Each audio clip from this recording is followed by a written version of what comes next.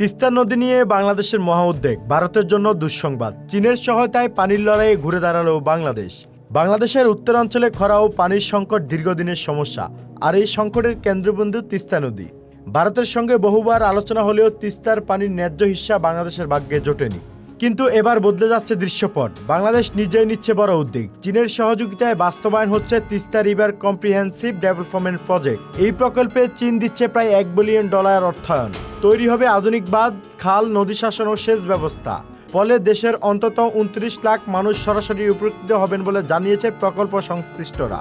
বিশেষজ্ঞদের মতে এটি শুধু একটি নদী উন্নয়ন প্রকল্প নয়, এবং একটি কৌশলগত মোড় পরিবর্তনের নাম। ভারতের দীর্ঘসূত্রিতাকে পাশ কাটিয়ে বাংলাদেশ এখন নিজস্ব কৌশলে এগোচ্ছে। এদিকে ভারতের উদ্বেগের কারণ আরও একটি। হিমালয় থেকে প্রবাহিত নদী চীন নির্মাণ করছে একাধিক সুপার ড্যাম। এই বাঁধগুলো ভারতের উত্তরাঞ্চল পানি প্রবাহে সরাসরি প্রভাব ফেলতে পারে। ফলে একদিকে তিস্তা গেল বাংলাদেশের হাতে, অন্যদিকে চীনের প্রভাব।